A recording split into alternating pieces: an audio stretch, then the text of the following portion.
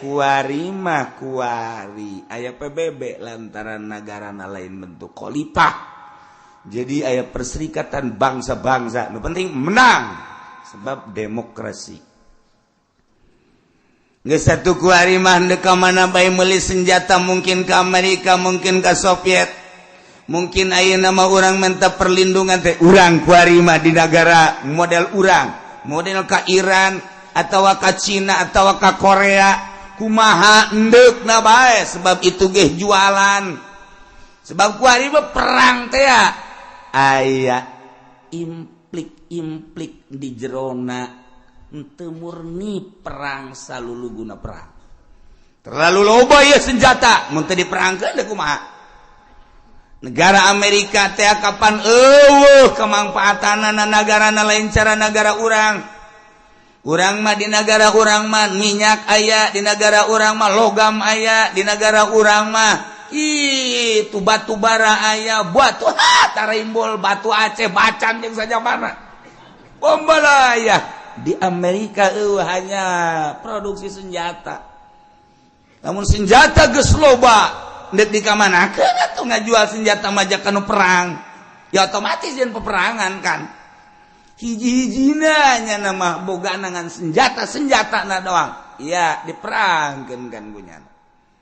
Nyen motif peperangan dikeur mah di jerona aya kitu 16 dendam kesumat yakni Yahudi nu baheula diusir ku Kangjeng Nabi di Madinah menjadi 4 kasta.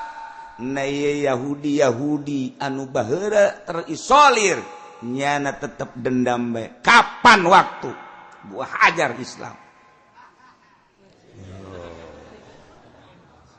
Mulai Yahudi jeung sebuah kekuatan, bayangkeun ku urang si Yahudi anu minor tetapi kuari geus mendominasi Palestina, Israel. Yeun kekuatannya nak sebab di situ Yahudi kecil, Amerika adalah Yahudi besar. Kunci kelanjutan negara perpolitikan jeung perekonomian anak dicekel ku Yahudi nu minoritas.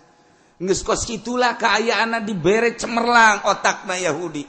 Sehingga tunduklah Amerika apa kata Yahudi.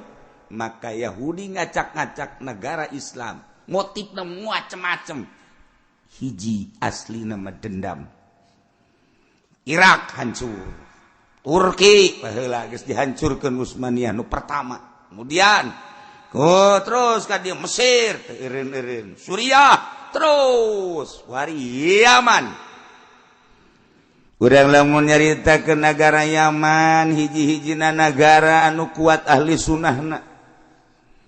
Anu disebar ka mana-mana. Yaman. Kangjeng Nabi pernah nyaritakeun al-imanu yamani. Iman adalah Yaman. Kuat Yaman imanna. Moal mundur kajen kumaha ge orang Yaman jeung murni imanna Yaman. Diacak-acak terus. Taya Yaman geus kebel sebenarnya mah. Ieu sultana nyana teh Syiah, ngan Syiahna kan Syiah Zaidi asli bagus. Nah, masalah kan yang Saudi Arabia, tetapi Yahudi pinterna nu luar biasa, ngacak-ngacak Yaman dengan motif karena Syi'i datang ISIS, diacak-acak atuh ku Yahudi. Minta perlindungan Raja Yaman ke Saudi Arabia dengan ISIS dan Syi'i kunaon dihantem ku Saudi Arabia. PBA-kan ulama-ulama. Urang kan lamun neulogos kitu teh motifna kumaha sih Saudi Arabia kan Islam. Yaman kan Muslim sama-sama. Ieu teh kan Islam diadukeun ku jeung Islam diadukeun jeung Islam deui. Yahudi jago jasa main. Teu karasa sebab naon? Sebab Saudi Arabia geus bertukuk lutut ke Amerika. Apa kata Amerika? Numantak kurang lamun macaan sejarah jeung berjalan politik tinggal haridang nu per detik ieu geus sabaraha ribu anu korban diaman ku Islam jeung Islam. Masya Allah karim nya teu kaharti urang eta teh lamun dicaritakeun kos kitu. Masa sih tega Islam membunuh Islam? A'udzu billahi minasy syaithanir rajim. Alhamdulillah urang di jero bulan Rajab ieu babarengan sapopoena urang geus meunang sabaraha poe ieu. Dihitungan baik urang Senin, Kamis, Jumat, Sabtu, Minggu 12 poe. Alhamdulillah sakumaha kamari kula menang laporan ti para tukang uduk beak, tukang kupat beak, seluruh tukang makanan. Alhamdulillah makin bulan Rajab makin nyenggol. Ialah anugerah Allah subhanahu wa ta'ala. Masih keneh aya kesempatan urang di jero bulan Rajab lantaran Rajab teh syahrullahil asham, bulan Allah julukanana. Kerwah syahri bulan kaula ke puasa yakni Ramadan syahru ummati. Numantak ancang-ancang perbaiki diri urang di bulan Rajab terus nembus ke bulan Sya'ban jang ngamantepkeun ibadah urang di jero bulan Ramadan supaya ya ketentreman ketenangan di jero bulan Ramadan. Sebab loba jasa jelema nu di jero bulan Ramadan dibere ku Gusti Allah Lailatul Qadar dengan berbeda-beda menang. Kumaha Allah nu merena bae mantak ancang-ancang ti ayeuna dumadeus ka Gusti Allah di jero bulan Rajab. Urang masih keneh nyaritakeun tentang bugot pemberontak ke sebuah negara lantaran negara eta geus ngabaikeun kana poin-poin undang-undang anu geus ditetepkeun di jero negara eta melalui musyawarah para alim ulama. Keputusan-keputusanana geus diterangkeun bahkan geus dijadikeun perda. Naik secara nasional geus kuari negara tersebut tengalingse teu nuturkeun sakumaha aturan-aturan eta negara. Aya sababaraha poin anu teu dilaksanakeun maka di jero negara aya nu peduli jang kaislahan kamaslahatan umat nyana nyieun gerakan untuk menundukkan pemerintah supaya pemerintah melaksanakan undang-undang anu geus dibuat di jero negara eta. Jadilah kuari boga teh golongan anu kuat lantaran nyana ngabogaan kitu kekuatan militer. Pertahanan dalam negerina aya, pertahanan luar negerina, laut darat aya, kuat berarti. Maka ulah waka di perangan bogot ku pemerintah na heula ngutus utusan duduk bersama bahas bersama hayang naon ieu pemberontak. Ketika alasan pemberontak bisa dipahami ku eta negara bahwa pemberontak tersebut menginginkan negara melaksanakan aturan-aturan yang telah dibuat oleh bangsa itu sendiri, maka sebelum negara melaksanakan undang-undang tersebut, kami sebagai bangsa pecinta dan anak cucu dari nenek moyang yang memiliki negara ini akan terus mendesak pemerintah bugot ngaran. Ketika pemerintah introspeksi ternyata horenganan hiji permintaan supaya didirikan sholat Jumat di tiap-tiap kabupaten, tiap kecamatan. Ternyata orang pemerintah lengah. Upati nage tilok Jum'ah horenganan. Kapoldana tilok Jum'ah, Kapolres tilok Jum'ah. Wah, iya orenganan. Jadi orang mah kuduna di negara syariat. Hari ieu bahkan negarana teh lain negara syariat deh orang, negara tepuguh. Ternyata keinginan bogot hayang disiarkeun tentang berjamaah. Bagi masyarakat anu teu mengikuti berjamaah maghrib cokot saleter. Mantep ya bagi. Nu teu berjamaah isya saleter. Wah, nu sugih geus mempersiapkeun bae tah saton heula tah. Aing mah geus moal berjamaah heulana. Di pondok pesantren bae mah kitu. Asal teu berjamaah subuh saleter. Asal teu berjamaah subuh sareter, baheula mah kitu di pondok pesantren teh. Aju nya nyokot beas babaturan teuneun di dinya. Nya na hees bae, tah siuk ku sialos. Horeng beas batur. Kayak keinginan bogot. Dua. Yang ketiga, kami menuntut kepada negara agar dilaksanakan apabila ada masyarakat yang zina harus dilaksanakan sebagaimana mestinya yang sesuai dengan Al-Quranul Karim. Sebelum negara melaksanakan itu, maka kami terus akan berontak mendesak kepada negara agar negara melaksanakan undang-undang tersebut. Kami tidak mau tahu sebab ini adalah merupakan syariat. Terus akan mendesak sampai ke istana.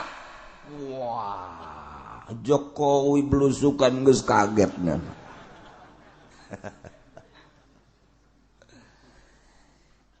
Tiga, yang keempat kami menuntut kepada negara agar negara melaksanakan had terhadap orang-orang yang mabok narkoba. Woi. Resep pesanan dalam bos gitu. 5. Kalau ada yang korupsi, potong tangannya. Waduh, asana gubernur parotong kabeh. Di Indonesia gubernur normal leungeunna parotong kabeh, bupati parotong kabeh, presiden mah jeung beheung-beheungna.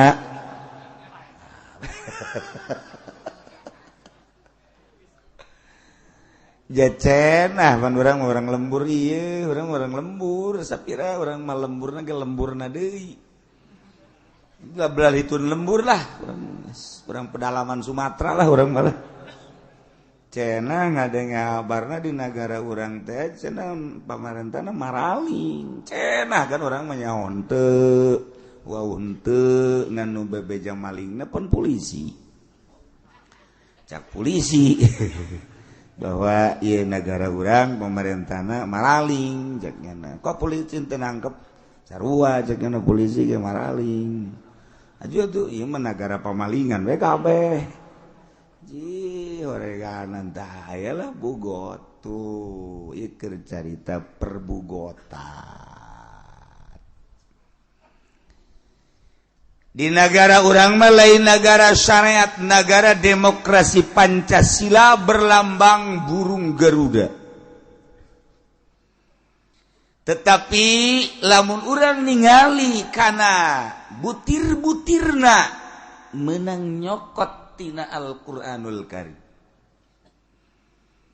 Lamun diperhatikeun ku urang butir-butir anu aya di dinya teh aja teu kaluar, hanya aya nu leuwih umum leuwih khusus lantaran melihat keberadaan agama nu aya di negara. Tetapi urang ulah nyaritakeun kos kitu kuari mah urang sebagai bangsa Indonesia anu mayoritas Islam tinggal eta bae kurang diopenan ayu geura kumaha. Geus kuari mah lamun hese-hese amat mah ieu undang-undang nu aya nu kamari menang itu musyawarah di Senayan tinggal dilaksanakan sebagaimana mestinya rapi sebenarnya.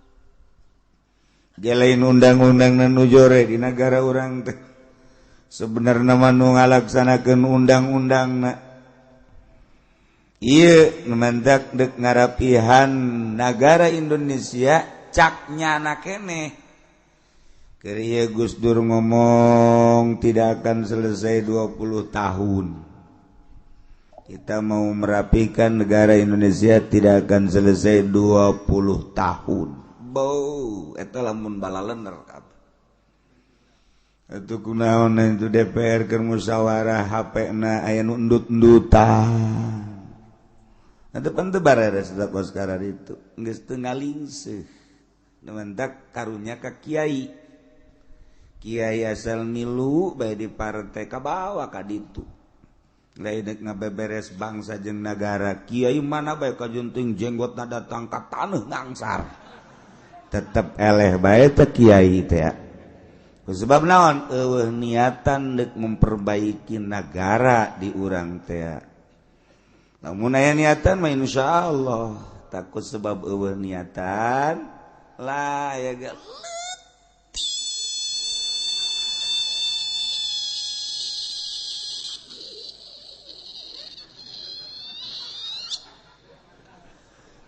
kuletik-letik hampir teu kadeuleu. Ada kiai asal Zub ka Golkar, P3, PKB. Geus we nu bereres. Sebab naon? Atuh jana nutur-nutur teu boga niat bagus. Ngan uyuhan ka kiai na bae ku bertah. Kalau ngomong cenah kiai emang kabeh maksudna teu rek ngapa bener ieu. Oh, sarua kamu ge. Maksudna naon? Atuh hayang duitna doang. Ulah loba omong si kiai. Hai kitu ana maing moal atuh moal loba omong. Juga naing kiai mah ngabeberes dagara tentu. Hampura cenah kiai mah. Di hampura itulah. Masalah guys.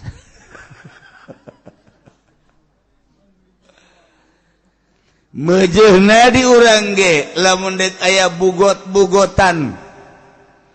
Lantaran boro-boro secara nasional, ieu bae urang di kabupaten loba anu tertinggal. Anu pikeseleun masyarakat, pihenekeun masyarakat,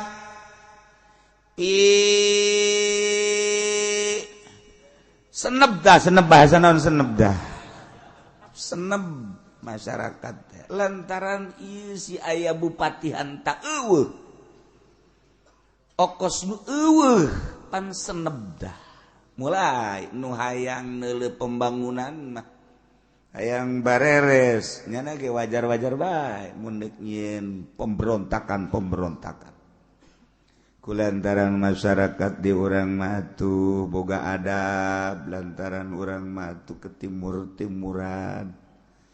Ka dieu ye maksudna adab urang mah adab bagus rapi nu mantak atuh geus lah kajen nyana-nyana nu salah ke kumaha di akhirat kan ngeunah teh kitu betah. Kadanya ngeunah lah bener nyana jang nyana atuh salah nyana jang nyana. Kajen lah ya urang masa kikieuna bae geus urang mah urang nu dagang nu tani nyana mah nyana tuh ke gaya hitung-hitunganna ieu tuh pan haju babagi eta kan gitu.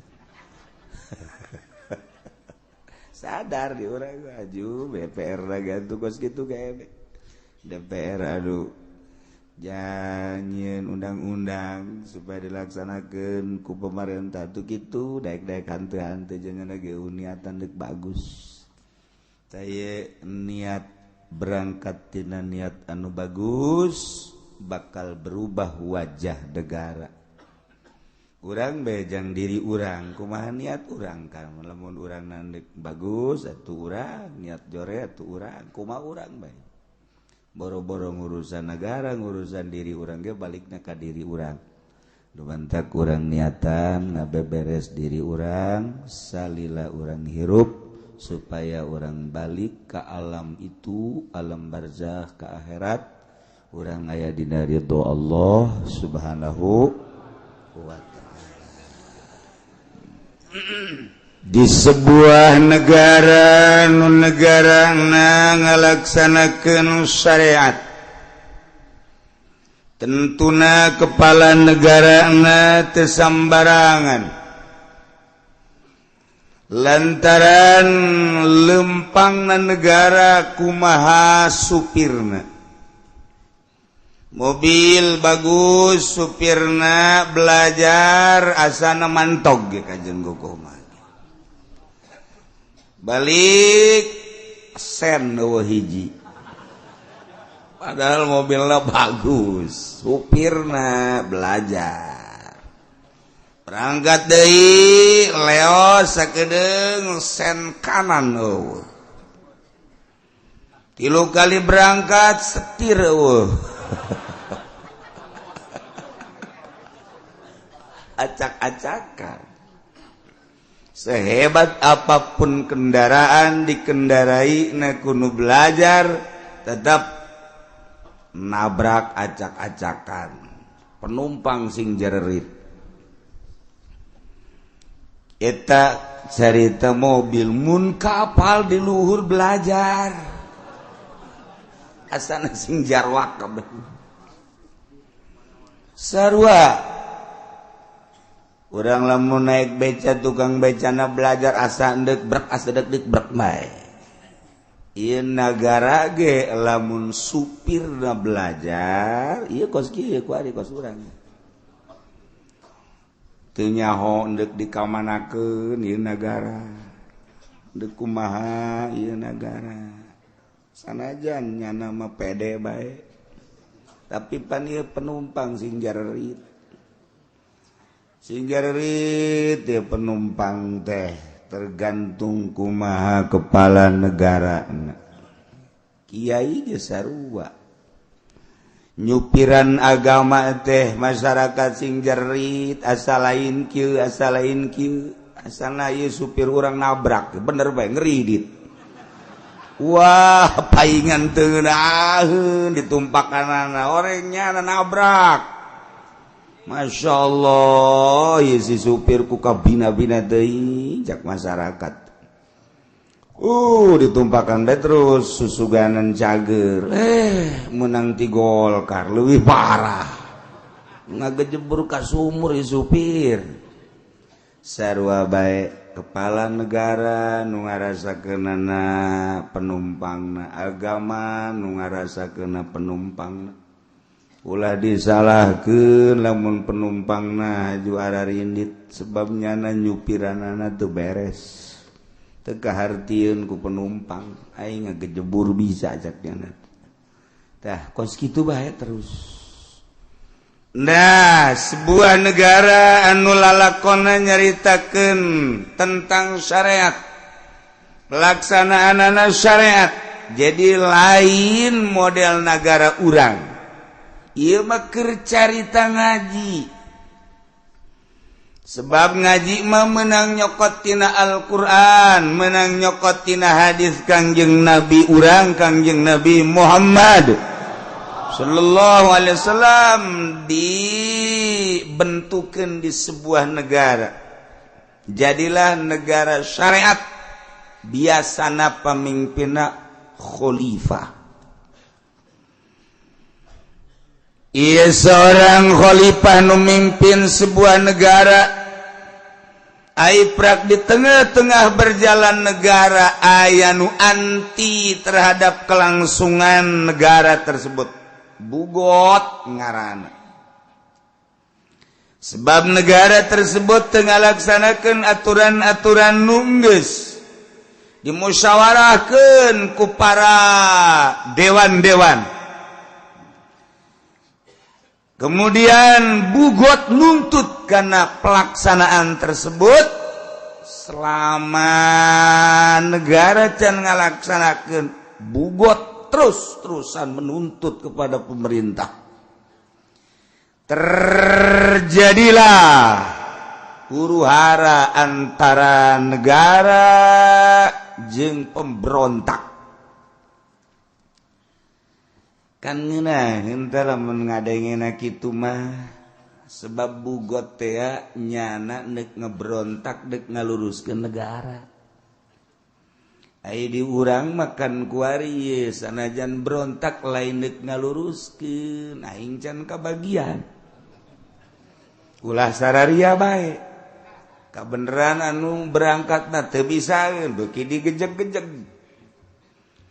Lamun bener seluruh partai teh demi bangsa, demi negara, mantak naon jamahal sebuah pemilihan umum teh. Triliunan modalna sedengkeun dimodalanana ku urang.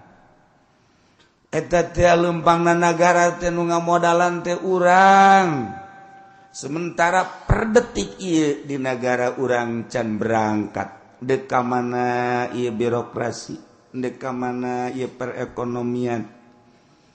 Can jelas nu ngarasakeun can jelas batur nu usaha kelas menengah kaluhur. Ai urang mah sakieu da bae. Anu bangsa dagang toge, dagang jengkol, barariasa bae. Emangnya nama unggal poe ngana ge rugi malulu. Untung saya teh rugi, untung saya teh rugi, tambah deui modal kitu bae. 5 tahun beak sawah 2 hektar. Atuh mending ulah dagang tah mah bego. Cenah hobi, cenah mah dagang teh hobi. Atuh hobi ge ludes kitu mah. Eta dihandapi mah di luhur batak kuari dolar can turun-turun.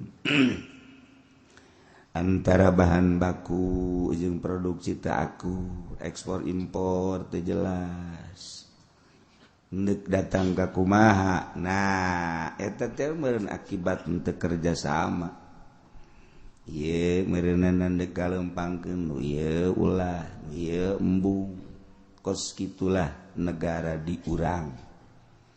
Cacak-cacak lamun boga watak nak jeung budaya cara di luar negeri geus huru-hara gede ngan untung diurang mah masih keneh make peradaban. Diarantepkeun bae. Cucu lucusan sorangan presiden. Sakumaha deuk kondangan. Teh di darah rukung. Tah eta teh akan bintik-bintik. Emang dek ngalah hancong nyana sosoranganan. Tah ieu per detik ieu teh encan. Teh ya hopad urang anu dihandap. Ji jakadeuluna mah hebat teh. Hebat di mana? Mentek perusahaan kula gara rambruk eta lah aing. Perusahaan naon cenah kieu ulah loba omong. Pernah boga be perusahaan rahasia teh mah. Tuh ieu negara urang beda ye jeung nu dicaritakeun urang deuk nyaritakeun kita beusi diakurkeun jeung nagara urang lain. Ieu mah nagarana nagara syariat.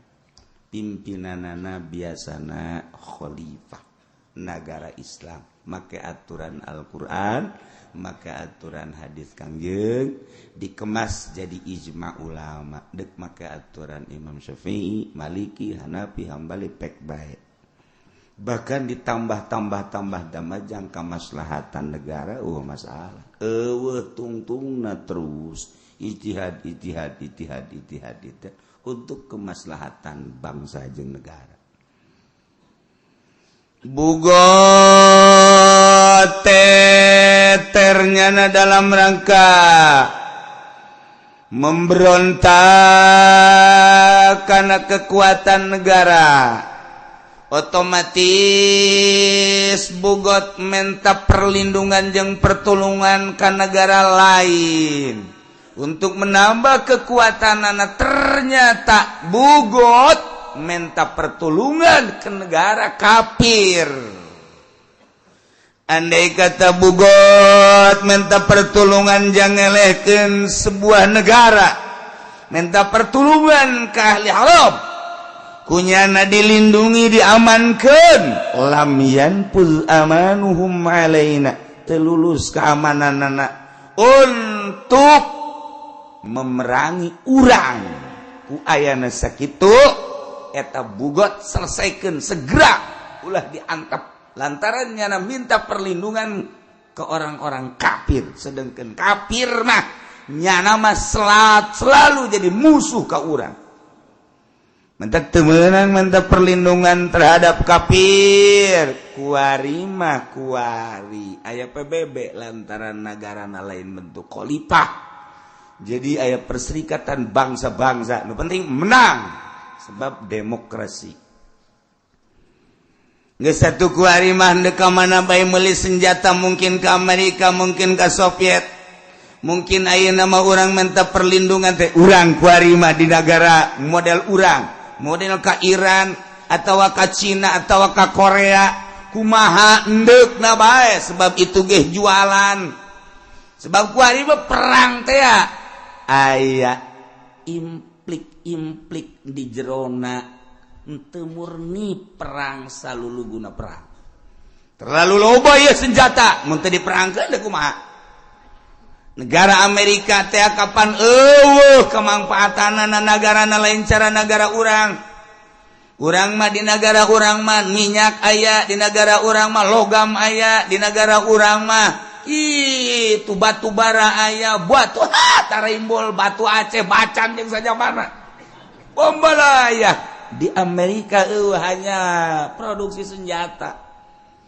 Namun senjata geus loba, ndek dikamanakeun atuh ngajual senjata maja kanu perang. Ya otomatis yen peperangan kan. Hiji-hijina nya nama boga nangan senjata-senjatana doang. Ya diperangkeun kan gunyana. Nyen motif peperangan dikeur mah di jerona aya itu 16 dendam kesumat yakni Yahudi nu baheula diusir ku Kangjeng Nabi di Madinah menjadi 4 kasta. Na Yahudi anu baheula terisolir nyana tetep dendam bae. Kapan waktu buah hajar Islam. Mulai Yahudi jeung sebuah kekuatan, bayangkeun ku urang si Yahudi anu minor tetapi kuari geus mendominasi Palestina, Israel. Yeun kekuatannya na sebab di ditu Yahudi kecil, Amerika adalah Yahudi besar. Kunci kelanjutan negara, perpolitikan jeung perekonomian anak dicekel ku Yahudi nu minoritas. Geus kos kitulah kaayaanna dibere cemerlang otakna Yahudi. Sehingga tunduklah Amerika apa kata Yahudi. Maka Yahudi ngacak-ngacak negara Islam. Motifna macam-macam. Hiji asli nama dendam. Irak hancur. Turki baheula geus dihancurkeun Utsmaniyah nu pertama. Kemudian terus ka dieu Mesir eureun-eureun, Suriah terus wari Yaman. Urang lamun nyaritakeun negara Yaman, hiji-hijina negara anu kuat ahli sunnahna. Anu disebar ka mana-mana. Yaman, Kangjeng Nabi pernah nyaritakeun al-imanu yamani. Iman adalah Yaman. Kuat Yaman imanna. Moal mundur kajen kukumaha ge orang Yaman jeung murni imanna Yaman. Diacak-acak terus. Taya Yaman geus kebel sebenarnya mah. Ieu sultana nyana teh Syiah, ngan Syiahna kan Syiah Zaidi asli bagus. Nah, masalah kan jeung Saudi Arabia.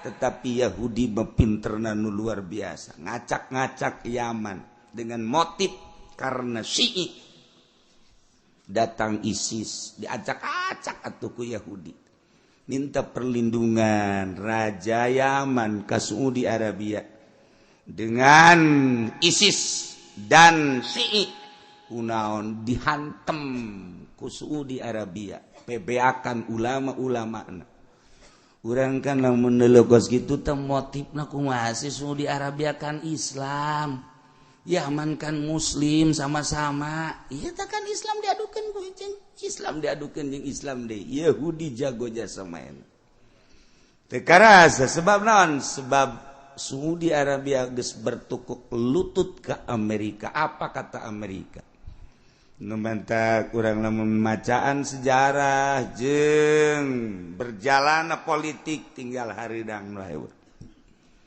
per detik ieu geus sabaraha ribu anu korban di Yaman ku Islam jeung Islam Masya Allah karim nya teu kaharti urang eta teh lamun dicaritakeun kos kitu masa sih tega Islam membunuh Islam orang Amerika baik ketika di Irak kita nembakan orang Irak aya nu embung kemudian asup Islam sabaraha ribu kuari tentara Amerika nu asup Islam gara-gara kita nembakan orang Muslim anu henteu berdosa embung nyana kemudian stres nu sestresan dipulangkeunlah ke Amerika horenganan asup Islam teu tega kita nembakan orang Irak eta Amerika bae ge embungeun kok kuari dahsyat amat si Saudi Arabia bisa ngebombardir Yaman negara nu leutik Yaman mah teu berdaya ieu senjatana kapan dijual belikeun ku Amerika nurugikan urang nya nama untung penjualan senjata kemudian untung tina motif perjuangannya na untung sababaraha lipet di jerona nya nendek nyaplok hasil bumi Yaman. Geus kos kitu beta urang teh naon kieu capek mun nyaritakeun kos karar itu. Terus horenganan inti nama dendam. Lantaran teu bisa diajak kerja sama Sunni mah teger. Anu aya di Irak nu teger Sunni, nu aya di Mesir nu teger adalah Sunni. Nu aya di Iran nu teger adalah Sunni. Nu aya di Yaman nu teger adalah Sunni teu bisa diajak kerja sama ku Yahudi jeung ku Amerika Sunni mah ai Wahabi mah jeung Syiah bisa eta modelna teh Wahabi mah jeung Syiah teh bisa diajak kerja sama tak ku Yahudi bombardir wallah alam ka ditu nama ya tetep bae mah Syiah ge dihajar bae untuk sementara ieu mah diadu-adukeun bae terus. Orang lamun ingat baik sedangkan Indonesia terbesar Sunni nah dengan atas nama NU Sunni Indonesia gede sedangkan Amerika mah neuleus Sunni nu gede dihajar ku Muhammadiyah teu robah dihajar ku Persis teu robah dihajar ku PKS di urang teh diacak-acak buatan Amerika teu robah dihajar ku berbagai Yahudi naon kitu Wahabi nu turun di Timur Tengah teu robah Indonesia mah didatangkeun Syiah ka Indonesia kiriman ti Iran teu robah di Indonesia mah tetep bae ila hadratin nabiyil mustofa ditah ulah usoli Wahab Muhammadiyah Persis Wahabi kabeh ulah usoli malah ngegeleger usoli sial cak Amerika teh sedangkan nu karar itu nu kuat mata nu sok ila hadarati hai bangsa anu tilok hadarati mah nu bangsa ta salat nangtung ta salat ngobrol ta salat nya naman teu make ila hadarati teu make maksud teu kecil cak Amerika bisa ngabatur jeung aing leutik teh bangsa Wahabi bangsa nu sebab lan rohan iya nu hese ge nu sok ila hadratin nabi assalamualaikum ya Rasulullah Yahudi ge bingungan sebab naon sebabnya nyambungkeun nu hirup jeung nu maot nyana bisa ke alam anu itu, bisa ngobrol kapan ahli-ahli Allah mawali Allah jeung nu karar itu. Nyana sieun Yahudi teh nu sok usoli bae teu beres teh cakena ieu. Itu beres sih cakena ieu nu kos kitu. Dihajaran ku jaran di Indonesia gede tah nu kos kitu teh. Nu mantak dibidah-bidahkeun rajaban bidah. Muludan bid'ah, hawalan bid'ah. Wow, geus ti iraha ngabidah-bidah. Kitabna ge geus aya ku lagi dikiriman gede kitabna anu bidah. Teunteuan we ka juru los kajen aing. Gede kitabna ge bidahkeun ku sia moal bisa di Indonesia mah tetep bae. Sebab di urang mah didikan para aulia-aulia Allah. Diuk bae ila hadrati. Dekat Muhammadiyah los. Digenggeregeun los ku Muhammadiyah. Bidah eta lu gua. Ila hadrati nyana nu nyingkir sial aing. Kunaon sieun ka ila hadrati cek nya. Bapak. Sieun da Yahudi Kristen ka bangsa nu sok tawasulan. Sebab naon? Nyambungkeun urang nu hirup ka nu maot. Lamun geus bisa nyambungkeunana kapan eta teh lain lalagaan haladir pan. Mentek di Irak nu menang kaum ortodok disebut ortodok Sunni teh Islam ortodok eta teh ahli sunnah wal jamaah ahli thariqah nu tager teh eta datang ka kuari nu ditakuti ku Amerika teh eta. Nah Yaman eta teh geledeh mantak tenang bae sanajan perang tetep Yaman diperhitungkeun ku Yahudi jeung ku Kristen sebab naon eta teh asal diuk bae ila hadrati. Di Mekah ge kos kitu bae. Nah, kajen nama Yaman mah Indonesia kuari. Geus didongkel ku Muhammadiyah, ku Persis, ku berbagai-bagai geus ditah ulah usoli hadarati kunut jeung sajabana. Malah beurang ge nyana Haji Pendi mah Allahumma hdini qadaan. Allahumma.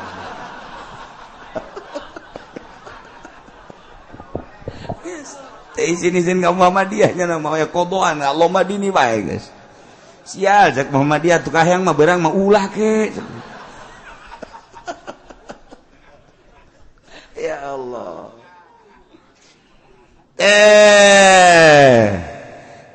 Negara bugot. Negara kemudian aya bugot minta perlindungan ke kafir harobi. Teu bisa diluluskeun tah mah, teu bisa dilanjutkeun. Gas antem bugot. Nafaza alaihim bil asah. Tapi nurutkeun cegaol asah nafaza. Cuman tetap ulah minta pertolongan ke ahli haram. Masya Allah. Bari nomor ni negara Islam tinggal hiji Iran nu ditakuti ku Yahudi, takuti ku Kristen, tinggal hiji doang Iran doang. Hiji-hijinan negara bisa memproduksi senjata jeung sajabana hanya Iran. Ujung-ujungnya pasti ngadu jeung Iran. Engke mah ngabelah. Yahudi bakal asup ke Saudi Arabia. Memeh jelemana nu arasup nyana nyaweun mun asup langsung ke Mekah beak nyana ujianana digonggong ku anjing nyana di sekitar luareun tanah haram tapi ismeuna makan asup ke Mekah jelemana dicekel ku orang Amerika rajana dicekel ditundukkeun supaya kitu jelemana macan asup tetapi isme nama di 90% asup. Pembangunan geus didominasi ku Amerika. Endeu kumaha deui. Tinggal prakna doang ke bakalna. Melalui orang Habasyah engke bakalna Baitullah ge dihancurkeun. Ke peperangan gede bakalna. Sebab naon? Ieu Dajjal, engke Dajjal mulai masuk Madinah ngan teu bisa asup Madinah mah tetep Dajjal teh teu bisa asup Madinah jeung Mekah Imam Mahdi nu asup ke Mekah ngan Dajjal di pinggir Madinah bakal nyana di pinggir Madinah cicingna Dajjal teh di dinya montok dibuat ku hotel-hotel ku Saudi Arabia di luareun tanah haram Madinah jang naon menyambut kedatangan Dajjal. Moal datang-datang ujug cicing didinya lamun eueuh pertalian heula antara manusia nu aya di Saudi Arabia jeung di Amerika. Moal dipersilahakeun atuh di perangan, tetapi engke mah kan dipersilahakeun dengan tenang-tenang. Dajjal asup ka dinya blak. Sementara Imam Mahdi nangke asup ka Mekah. Berarti Imam Mahdi masuk Mekah, pemerintahan Saudina geus pemerintahan Dajjal. Lamun heula jalur politik seperti kieu. Imam Mahdi asup teh ka negara Mekah, ka Masjidil Haram. Pemerintahan nama geus pemerintahan Dajjal, sebabnya geus mempersilahkan Dajjal masuk Madinah. Kuari da bagi kuari ka mana teh orang-orang Amerika teh disagedeungeun Mekah, sagedeungeun Madinah teh atuh geus percokol. Berarti kan geus dipersilahkan. Masya Allah Karim. Lamun urang nyaritakeun kos kitu asa tarereh jasa. Geus darareukeut jasa. Mantak untung lah anu geus karolot mah. Artina untung teh moal kebal deui nya hirupna. Geus nemah nya na ge aing malah geus neuleun kuburan bae geus. Malah mana ya aing.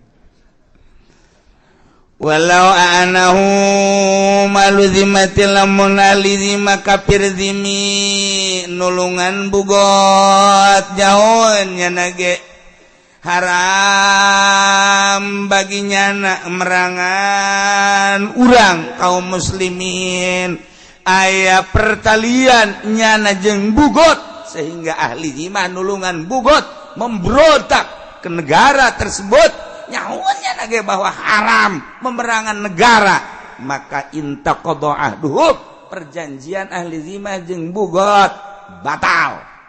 Al-muqaila tawa dipaksa, malah lamun dipaksa mah sebab ieu teh lamun dipaksa mah aya intrik-intrik tentang kemanfaatan kerjasama jeung zimah jeung zimmi.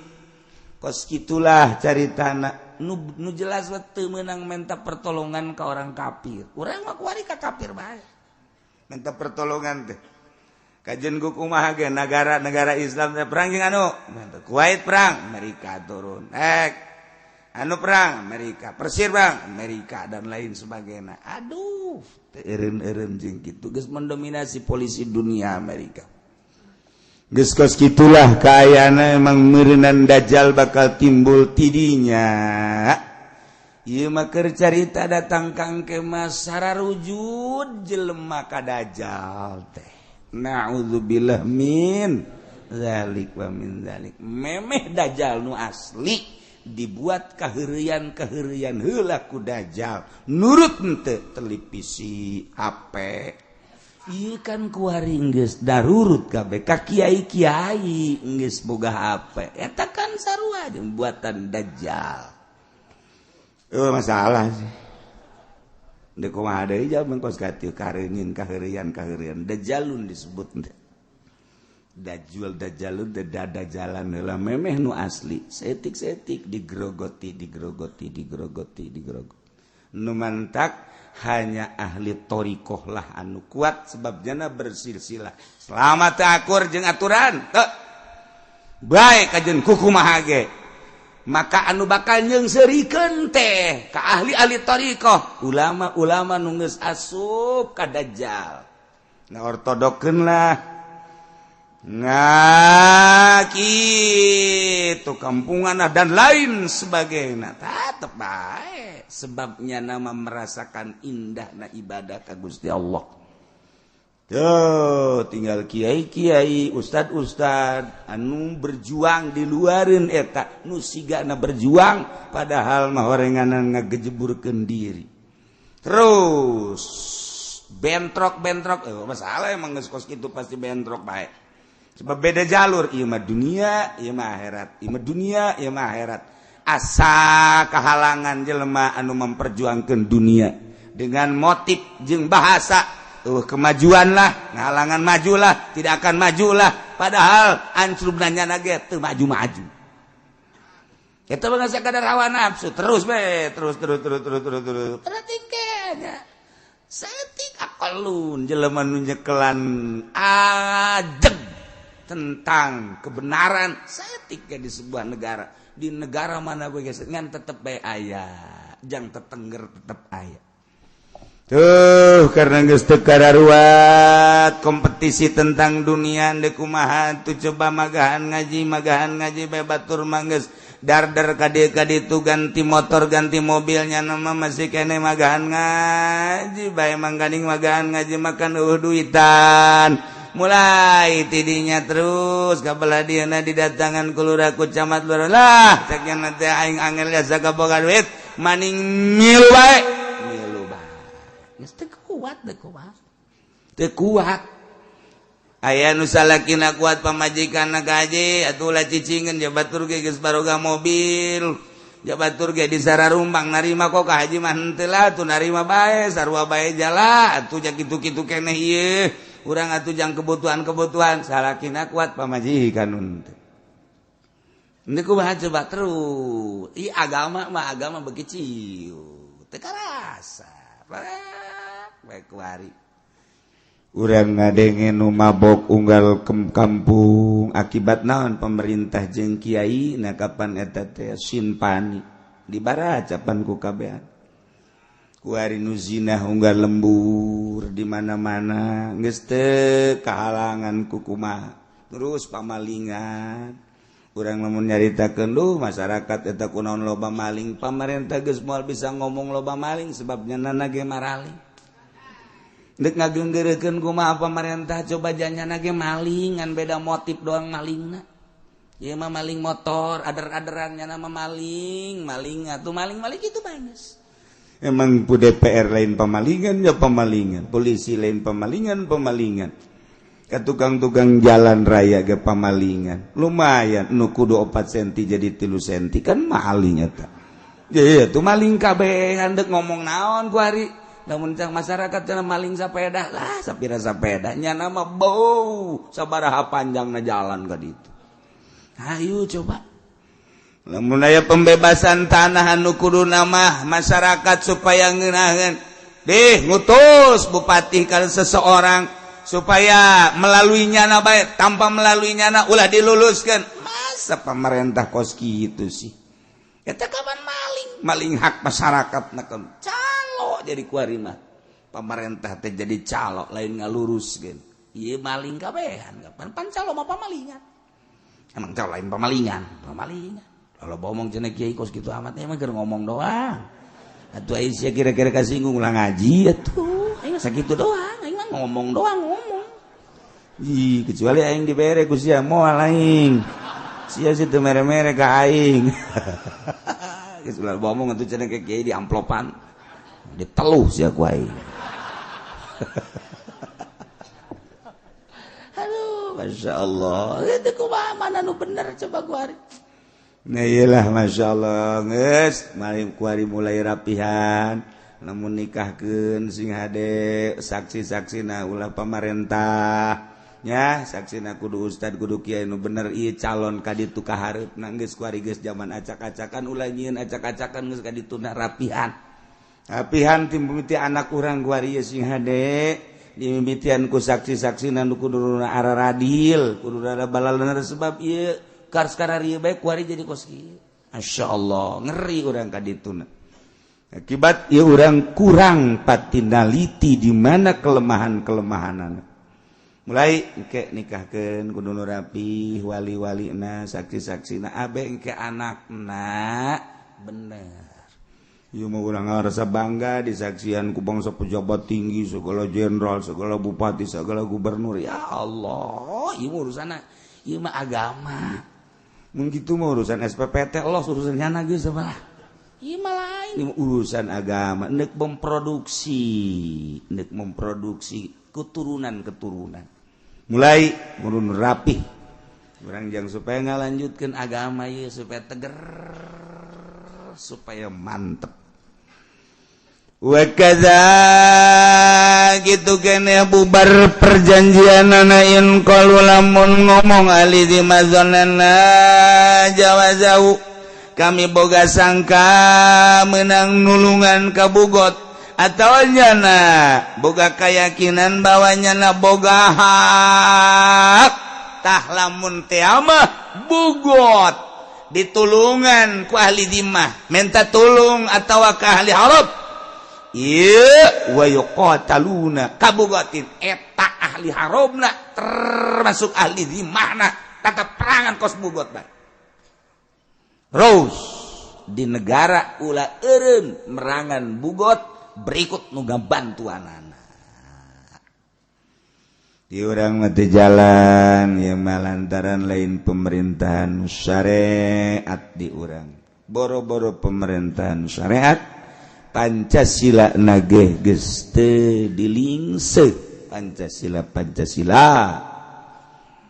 masyarakat negara urang lamun nyaritakeun saha sih nupang Pancasilana di negara hese neangan contohna saha nupang Pancasilana Pancasilaisna di negara saha hese neangan contohna dimimiti RI 1 terus datang ke gubernur terus datang ke menteri saha nupang Pancasilana hese boro-boro Al-Qur'anul Karim Pancasila ge geus sakitu hese anu mentak hese negara aut-autan nah ieu mah keur carita tetep urang ngadoa mudah-mudahan negara urang dibere katentreman dibere kajujuran jeung keadilan dibere kaneunahan sehingga ulah aya nanaon di negara urang salah sautak saeutik mah urang ngampurakeun supaya ulah aya huru-harana naon abeh urang ngeunaheun ngalaksanakeun ibadah ka Gusti Allah Subhanahu wa ta'ala. Faslun wallahu a'lam bissawab.